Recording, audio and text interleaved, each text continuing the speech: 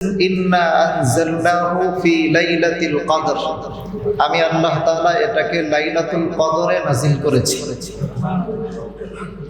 তো লাইলাতুল কদর অনেকগুলো বর্ণনা আছে, যেহেতু এটাকে নির্দিষ্ট করে দেওয়া হয় নাই অমুক দিন, তবে অধিকাংশের মতেই আজকের এই রাতটিকেই লাইলাতুল কদর বলা হয়, ঠিক কিনা? তো সেই হিসাবে আমরা আজকের এই রাত্রি কথাগুলো বলছি। তবে আমরা মনে করব বেজোর শেষ দশকের বেজোর প্রত্যেক রাতেই আমাদের জন্য লাইলাতুল কদর হওয়ার সম্ভাবনা। আজকে এই রাত্রিতে আপনি একটু নিজের দিকে কল্পনা করেন, আজ থেকে ১৫০০ বছর পূর্বে নবীজি এই রাতের মধ্যেই সেই মক্কা থেকে কাছেই জাবালে নূর ৩৫০০ ফিট উপর থেকে উঠে আবার একটু নিচে নেমে একটা সুপ্ত একটা গুহার ভিতরে, গুহাটা কেমন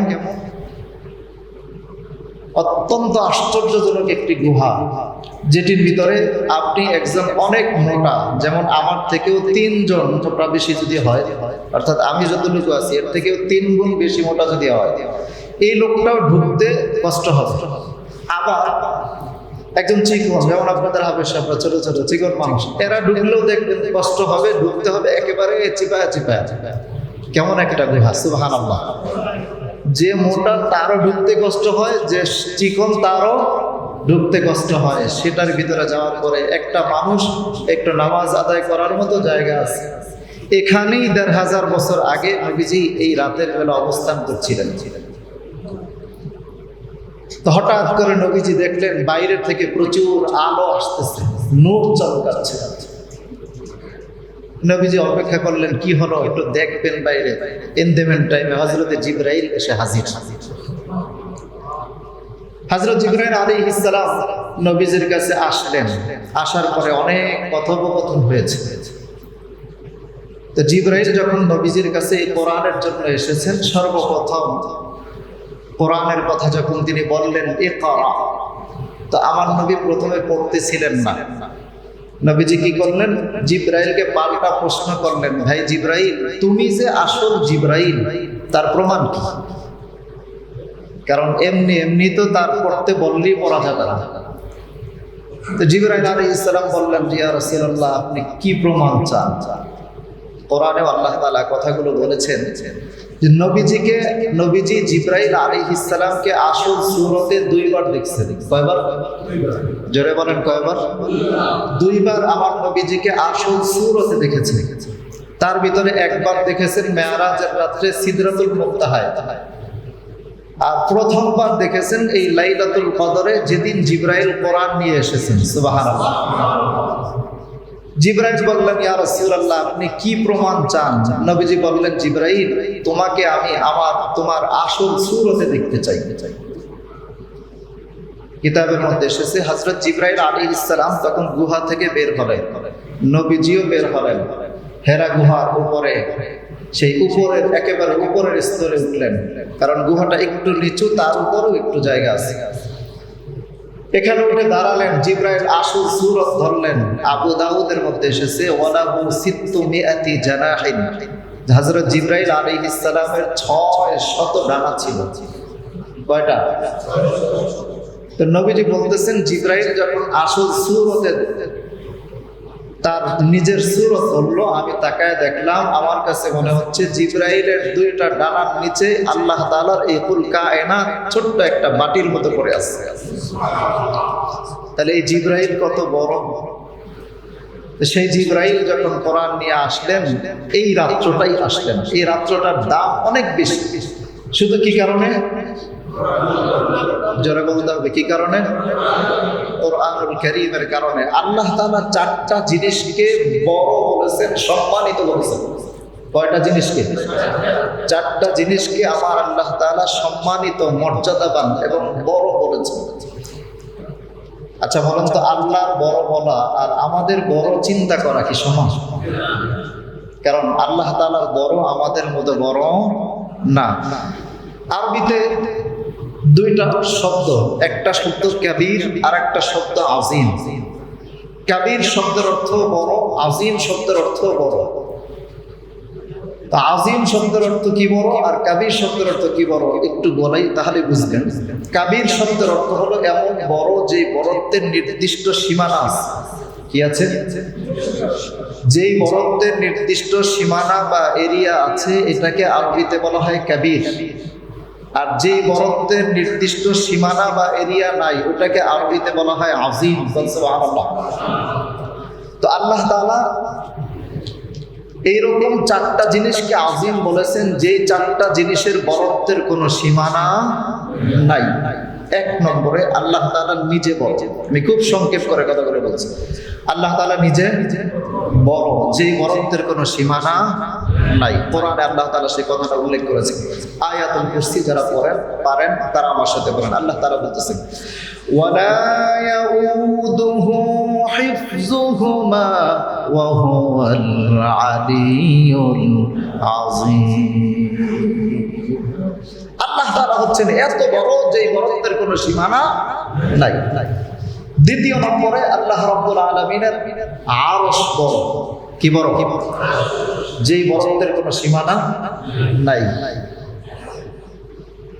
তো আল্লাহ তাআলা এটাও বলতেছেন কোরআনের মধ্যে, নিজেই উল্লেখ করে দিচ্ছেন। সূরাতুত তাওবার সর্বশেষ আয়াতে আল্লাহ তাআলা বলতেছেন ফাইন তাওয়াল্লাউ ফাকুল হাসবিয়াল্লাহু লা ইলাহা ইল্লাহু আলাইহি তাওয়াক্কালতু ওয়া হুয়া রাব্বুল আরশিল আযীম।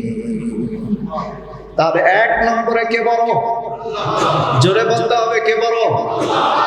আরো জোরে বলেন কে? আল্লাহ তাআলা সবচেয়ে বড়। দ্বিতীয় নম্বরে আমার আল্লাহ রাব্বুল আলামিনের আরশ আজিম বড়। তৃতীয় নম্বরে আমার আল্লাহ তাআলা যে নবী আমাদের জন্য প্রেরণ করেছেন ওই নবীর সুমহান চরিত্রটাকেও আমার আল্লাহ বলেছেন বড়। সুবহানাল্লাহ। আল্লাহ তাআলা বলেন নুন ওয়াল কলামি ওয়া মা ইয়াসতুরুন মা আনতা বিনি'মাতি রাব্বিকা বিমাজনুন ওয়া ইন্না লাকা লাআজরান গায়রা মামনুন ওয়া ইন্নাকা লাআলা খুলুকিন আযীম। আল্লাহ নবীর চরিত্রটাকেও বলেছেন বড়, এত বড় যেই বড়ত্বের কোনো সীমানা নাই। তাহলে কয়টা পাইলাম? এক নম্বরে কে বড়? দ্বিতীয় নম্বরে আরশ আজিম বড়। তৃতীয় নম্বরে কোরআন বড়। এখানে আরেকটা কথা শিখিয়ে দিই আপনাদেরকে। ইবনে কাসিরের মধ্যে আল্লামা ইবনে কাসির রাহমাতুল্লাহি আলাইহি লিখেছেন এই আয়াতের তাফসীরে, সূরা তাওবার সর্বশেষ আয়াতের তাফসীরের মধ্যে এসেছে যে কখনো যদি দেখেন যে দোয়া করতেছেন, অনেক দোয়া করতেছেন, অনেক বড় বিপদে পড়েছেন, মুসিবতে পড়েছেন, দোয়া কবুল হয় না, আল্লাহর কাছে কাঁদতেছেন, তাহাজ্জুদ করতেছেন, কবুল হয় না, এরকম আছে না নাই? কথা বলেন হয় কি হয় না? একটা সময় আমাদের ঈমান নরবল হয়ে যায়। অনেকে বলেই ফেলি দূর এত কইলাম আল্লাহর কাছে, আল্লাহ কবুল করে না কেন? এমন সিচুয়েশনে যদি পড়ে যান তাৎক্ষণিক আল্লাহ রাব্বুল আলামিনের মধ্যে আল্লাহ তাআলার কাছে যদি দোয়া করতে গিয়ে ইবনে কাসির লিখেছেন যদি কেউ বলে আল্লাহ আপনি আরশে আজিমের মালিক, অর্থাৎ আল্লাহকে আরশে আজিমের মালিক বলে ডাক দিলে আল্লাহ তাআলা এত বেশি খুশি হন বান্দার সব চাওয়া পাওয়া কবুল করে নেন। তাহলে এখন থেকে আমরা দোয়া করলে আল্লাহর কাছে এই কথাটা বলে দোয়া করবো, পারবো না ইনশাআল্লাহ? কিছু কিছু জিনিসের দুর্বল পয়েন্ট থাকে। সন্তান দেখবেন বাবা মা কোনো আবদার করলে না মঞ্জুর করলে তখন বাবা মায়ের একটা দুর্বল পয়েন্ট খুঁজে যে কিভাবে দোয়া চাইলে বাবা জিনিসটা দিয়ে দিবে, এরকম করে কিনা? সন্তান পিতার দুর্বল পয়েন্টটা যখন আঘাত করে পিতা দিতে বাধ্য হয়। তো ঠিক এইরকম আল্লাহ রাব্বুল আলামিন যখন দোয়া কবুল করবেন না তখন যদি কেউ বলেন যে আল্লাহ আপনি আরশে আজিমের মালিক, আমার দোয়া কবুল করে নেন, বলতে দেরি আল্লাহ অটোমেটিকলি বিদ্যুতের গতিতে কবুল করে নেন। তাহলে কয়টা বড়? চারটা, তিনটা পাইলাম। চতুর্থ নম্বরে সূরা হিজরের 87 নম্বর আয়াতে কারিমার মধ্যে আল্লাহ তাআলা বলতেছেন وَلَقَدْ آتَيْنَاكَ سَبْعًا مِنَ الْمَثَانِي وَالْقُرْآنَ الْعَظِيمَ আল্লাহ তাআলা 4 নম্বরে এই কোরআনকে বলেছেন বড়। সুবহানাল্লাহ। তাহলে এত বড় যে বড়ত্বের কোনো সীমানা নাই। সেই বড় কিতাবটা আজকের এই রাত্রে আল্লাহ তাআলা দুনিয়াতে প্রেরণ করেছেন, নাজিল করেছেন। দেখেন এই কোরআন আল্লাহ তাআলা যখন যার কাছে দিয়েছেন সেই দামি হয়ে গেছে, ঠিক কিনা গো? সর্বপ্রথম কোরআন ছিল লাউহে মাহফুজে। লাউহে মাহফুজের দাম কম না বেশি? লাউহে মাহফুজ সম্পর্কে আল্লাহ বলেন বাল্লুহু কুরআনুম মাজিদুন ফি লাউহিম মাহফুজ। আল্লাহ তাআলা লাউহে মাহফুজ এই কোরআন সংরক্ষণ করেছিলেন। তাহলে লাউহে মাহফুজের দাম বেড়ে গেছে কোরআন সেখানে থাকার কারণে। এবার ওখান থেকে আল্লাহ তাআলা জমিনে প্রেরণ করবেন। জমিনে যখন প্রেরণ করবেন, পাঠিয়ে দিবেন, পাঠাইলেন একজন ফেরেশতার নামে, তার সাথে তার নাম কি? হযরত জিবরাইল আলাইহিস সালাম। তাকে এই কোরআনের বাহক বানায় পাঠাইলেন। আল্লাহ বললেন নাযালা বিহির রূহুল আমিন। আমি আল্লাহ রাব্বুল আলামিন রূহুল আমিন জিবরাইলের মাধ্যমে এই কোরআন প্রেরণ করেছি। জিবরাইলের মাধ্যমে কোরআন পাঠানোর কারণে হামিলুল কোরআন জিবরাইল কোরআনের বাহক হওয়ার কারণে আল্লাহ তাআলা তার সমস্ত ফেরেশতাদের সর্দার বানায় দিলেন। শুধুমাত্র কোরআনের ধারক হওয়ার কারণে, বহনকারী হওয়ার কারণে আমার আল্লাহ রাব্বুল আলামিন এই কোরআনের ইজ্জতে তারে সমস্ত ফেরেশতাদের সর্দার বানায় দিলেন। তাহলে সমস্ত ফেরেশতাদের সর্দার হলেন কোরআনের বাহক হওয়ার কারণে।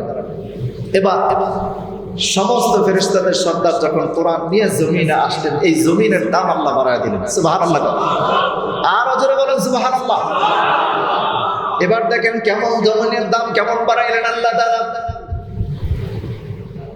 আল্লাহ রাব্বুল আলামিন 7টা জমিন বানিয়েছেন, উপরে 7টা আসমান রেখেছেন। আল্লাহ বলেন আল্লাযী খালাকাস সাবআ সামাওয়াতিন তিবাকা। আল্লাহ 7টা আসমানকে স্তর বাই স্তর তৈরি করেছেন, আবার জমিন তৈরি করেছেন। কিন্তু আল্লাহ এই জমিনের দাম বাড়ায় দিলেন। কেমন ভাবে বাড়ালেন? আল্লাহ বলতেছেন ওয়ালাকাদ যায়্যানাস সামাআদ দুনিয়া বিমাসাবিহা ওয়া জাআলনাহা রুজুমান লিশ-শায়াতিন। আল্লাহু আকবার। আল্লাহ তাআলা এই জমিনের দাম কেমন বাড়ালেন? এই জমিনকে সজ্জিত করার জন্য এর উপরে আল্লাহ তাআলা সুন্দর সুন্দর লাইট সেট করে দিয়েছেন। কেমন সেট? দেখবেন রাতের বেলা আসমানে অসংখ্য তারকারাজি আল্লাহ দিয়েছেন কিনা। আল্লাহ বলেছেন ওয়ালাকাদ যায়্যানাস সামাআদ দুনিয়া। এই জমিনের ভিতরে কোরআন থাকবে, কোরআন পড়নেওয়ালা থাকবে এবং কোরআন আমল করনেওয়ালা থাকবে। এজন্য এই জমিনের আসমানটাকে আল্লাহ তাআলা সুন্দর করে সুন্দর সুন্দর লাইট দিয়ে সাজায় দিয়েছেন। অসংখ্য অগণিত তারকা দিয়া আল্লাহ তাআলা আসমানকে সজ্জিত করে দিয়েছেন। তাহলে কোরআন জমিনে আসার কারণে জমিনকে সুন্দর করেছেন কে? তৃতীয় নম্বরে এই কোরআন আল্লাহ রাব্বুল আলামিন পাঠালেন উম্মতে মুহাম্মাদীদের কাছে। উম্মতে মুহাম্মাদীর কেমন দাম, কেমন মর্যাদা আল্লাহ রাব্বুল আলামিন দিয়েছেন। এই উম্মতে মুহাম্মাদীকে আল্লাহ তাআলা কোরআনে বলেন কুনতুম খায়রা উম্মাতিন উখরিজাত লিন-নাসি তা'মুরুনা বিল মা'রুফি ওয়া তানহাউনা 'আনিল মুনকার। আল্লাহ রাব্বুল আলামিন এই উম্মতকে গোটা দুনিয়ার সব উম্মতের মধ্যে শ্রেষ্ঠ উম্মত বানায় দিয়েছেন। শুধু দুনিয়ার জন্য পাঠান নাই, শ্রেষ্ঠ করে আখিরাতেও এই উম্মত সবচেয়ে দামি, ঠিক কিনা কর? কেমন দামি দেখেন, কিয়ামতের ময়দানে আমার আল্লাহ রাব্বুল আলামিন যখন হাসরের ময়দানে সিংহাসনে বসবেন, বসার পরে একটা ঘোষণা দিবেন। আল্লাহ তাআলা বলবেন মুমতাজুল ইয়াওমা আইয়ুহাল মুজরিমুন। আজকে পাপীরা আলাদা হয়ে যাও। সমস্ত পাপিষ্ঠরা জাহান্নামের এক প্রান্তে, ময়দানে মাহশারের এক প্রান্তে চলে যাবে। সব পাপীরা যখন আলাদা হয়ে যাবে, এবার নেককার বান্দারা আলাদা হয়ে যাবে। নেককার বান্দারা ডান দিকে চলে যাবে, গুনাহগাররা বাম দিকে চলে যাবে। তাহলে জান্নাতীরা ডান দিকে আর জাহান্নামীরা বাম দিকে চলে যাবে। নবীজি বলতেছেন যখন জান্নাতি বান্দারা ডান দিকে চলে যাবে ওই সময় আল্লাহ তাআলা তাদেরকে কাতারবদ্ধ করে দাঁড়াবেন। তার মানে জান্নাতি বান্দাদের তখন কাতার হবে। ইন্না ফিল জান্নাতি আশরিনা ওয়া মিআতা সাফিন। কিয়ামতের ময়দানে জান্নাতি বান্দাদের জন্য আল্লাহ তাআলা 120টা কাতার বানাবেন। কয়টা? 120টা কাতার বানাবেন। দ্বীনের নবী বলতেছেন জামানুনা মিন উম্মতি। আল্লাহু আকবার। এই 120টা কাতারের মধ্যে 80টা কাতার হবে আমার উম্মতে মুহাম্মাদি। 80টা কাতার হবে উম্মতে মুহাম্মাদি। বাকি থাকে কয়টা? যারা কোন কয়টা? 40টা। হাদিসের মধ্যে এসেছে ওয়াল আরবাউনা লিসাইরিল উমাম। বাকি 40টা কাতার হবে হযরত আদম থেকে শুরু করে হযরত ঈসা আলাইহিস সালাম পর্যন্ত সমস্ত নবীদেরকে সহ এবং তাদের উম্মতদেরকে নিয়ে হবে মাত্র 40টা কাতার।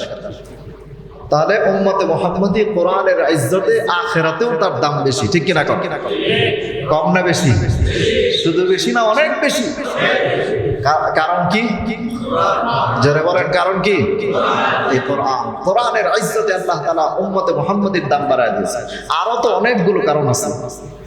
মেজর কারণ, সবচেয়ে বড় কারণ গুলোর মধ্যে একটা হচ্ছে তারা কোরআনের বাহক হবে, কোরআন অনুযায়ী তাদের জীবনটাকে চালানোর চেষ্টা করবে।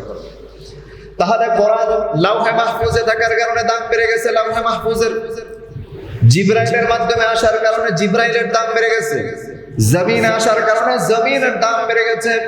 উম্মতে মুহাম্মাদিদের কাছে কোরআন আসার কারণে উম্মতে মুহাম্মাদির দাম বেড়ে গেছে। এবার যেই নবীর কাছে কোরআন আসছে ওই নবীর দাম বেশি না কম? আর জোরে কম, বেশি না কম? আমার আল্লাহ নিজের জন্য বলছেন আলহামদুলিল্লাহি রাব্বিল আলামিন। আমি আল্লাহ নিজে হলাম গোটা জগতের জন্য রব। আর নবীর ক্ষেত্রে বলেছেন ওয়া আরসালনাকা ইল্লা রাহমাতাল লিল আলামিন। আল্লাহ নিজের ক্ষেত্রে আলামিন ব্যবহার করেছেন আর নবীর ক্ষেত্রে আলামিন শব্দ ব্যবহার করেছেন। তার মানে বুঝায় দিলেন আমি আল্লাহ রাব্বুল আলামিন যতটুকু সীমানার জন্য রব, যতটুকু সীমানার জন্য আমি আল্লাহ, আমার বন্ধু ততটুকু সীমানার জন্য হবেন রহমত। সুবহানাল্লাহ। তাহলে আল্লাহ তাআলা এই নবীর মর্যাদাও বাড়ায় দিয়েছেন, তাকে হাদিয়াও দিয়েছেন সবচেয়ে দামি কিতাব। নবীর দামও বেড়ে গেল। এবার আসেন এই কোরআন আসলো কোন মাসে? জোরে বলেন কোন মাসে? আল্লাহ বলেন শাহরু রমাদানাল্লাযী উনজিলা ফীহিল কুরআন হুদাল লিন-নাসি ওয়া বায়িনাতিন মিনাল হুদা ওয়াল ফুরকান। রমজান মাস এসেছে, আসার কারণে রমজানের দাম বাড়ছে না কমছে? কেমন বাড়লো? এই রমজানে একটা নফল ইবাদত করলে কি হয়? যারা বলেন কি হয়? একটা ফরজের সমান হয়ে যায়। একটা ফরজ ইবাদত 70টা ফরজের সমান সওয়াব হয়ে যায়। বিনিময় কারণ হলো এই রমজান মাসে কোরআন এসেছে। এবার আসেন রমজানে আসার কারণে রমজানের দাম বাড়লো। দিনে না রাতে? দিনে না রাতে? রাতে আসার কারণে ওই রাতের দাম কম না বেশি? লাইলাতুল কদরে আসার কারণে লাইলাতুল কদরের দাম কেমন বাড়লো? লাইলাতুল কদরের দাম বাড়ানোর জন্য আল্লাহ বললেন লাইলাতুল কদরি খায়রুম মিন আলফি শাহর। আল্লাহ তাআলা এটাকে 1000 মাসের চাইতে উত্তম বানায় দিলেন। যদি 1000 মাসও ধরি 82 বছর 4 মাস। তো একটানা কেউ যদি 82 বছর 4 মাস ইবাদত করতে থাকে, যেই পরিমাণ সওয়াব হবে একটা রাত্র ইবাদত করলে তার থেকে বেশি সওয়াব হবে। এবং শুধু এতটুকু নয়, আমরা আজকে পহেলা বৈশাখ পালন করি, 31st নাইট পালন করি কিনা? নাউজুবিল্লাহ। কোন গোটা দেশটাকে জাহান্নামের টুকরা বানায় দেওয়া হয়, ঠিক কিনা? 14 ফেব্রুয়ারিতে ঢাকা শহরটাকে বেহায়া শহর বানায় দেওয়া হয়। এত কিছু হওয়ার পর সেই রাতগুলো পালন করা হয়, কিন্তু আল্লাহ পালন করার জন্য রাত দিয়েছেন এইটা। সুবহানাল্লাহ কম? শুধু আমরা পালন করি তা না, ফেরেশতারাও ডিউটি করে। সুবহানাল্লাহ কম? আল্লাহ নিজেই কোরআনে বলতেছেন তানাজ্জালুল মালাইকাতু ওয়ার রূহু ফিহা বিইذনি রাব্বিহিম মিন কুল্লি আমরিন সালাম। আল্লাহ তানাজ্জালুল মালায়েকা, এই দিন এই রাতে আল্লাহ ফেরেশতা নাযিল করে দেন। এরা আয়েশা কি করে? দুনিয়া ঘুরে আর আপনাকে সালাম দেয়, আপনি ইবাদত করেন, আপনি শান্তির জন্য দোয়া করতে থাকে, সুবহানাল্লাহ বলেন। তাহলে আমরা একা পালন করি না, এই রাত্রটা ফেরেশতারাও পালন করে। তাদের লাভের জন্য না আমাদের লাভের জন্য? কথা বলে না, তাদের জন্য না আমাদের জন্য? অথচ আমরা বুঝি না, আমরা যাইয়া কি করি, সর্বোচ্চ এখন খাওয়া দাওয়া করে একটু ঘুমাবো। একটু কি পারা যাবে একটা রাত্র আল্লাহর জন্য কোরবানি করতে? আল্লাহ আমাদের কবুল করুন, জোরে কোন আমিন। আর জোরে বলেন আমিন। রাত গভীর হয়ে গেছে, দীর্ঘায়িত করলাম না, শুধুমাত্র তরজমা এবং লাইলাতুল কদরটা বোঝানোর জন্য কথাগুলো বললাম। হযরত ঈসা আলাইহিস সালাম, নাম শুনছেন না?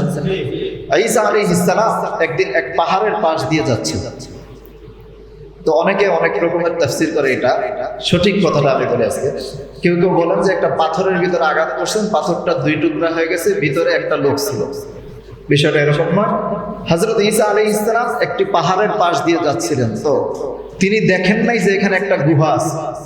গুহার মুখটা একেবারেই সরু ছিল। তিনি এই গুহার পাশে একটা পাথর, বড় পাথর দেখে ভাবলেন যে দেখি গুহার ভিতরে কি আছে। পাথরটা একটু ধাক্কা দিলেন, সরে গেল। তাকায় দেখতেছে ভিতরে একটা লোক আল্লাহ তাআলার জিকির করতেছে, আল্লাহর ইবাদত করতেছে। হযরত ঈসা আলাইহিস সালাম জিজ্ঞাসা করলেন, তুমি এখানে কেন? বলে, আমি এখানে আল্লাহর জন্য আমার জীবনটা উৎসর্গ করে দিয়েছি।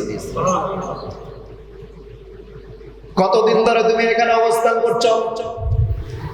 লোকটা বলতেছে, ভাই আমি জানি না কতদিন পর্যন্ত এখানে আছি, কারণ আমি সারা দিন সারা রাত ইবাদত করি, প্রয়োজন ছাড়া এখান থেকে কখনো বের হই না। আমার কাছে কোনো হিসাব নাই, আমি বলতে পারি না কতদিন পর্যন্ত এখানে অবস্থান করতেছি। তবে আমার ধারণা অনুযায়ী প্রায় 3 থেকে 350 বছর হয়ে যাবে।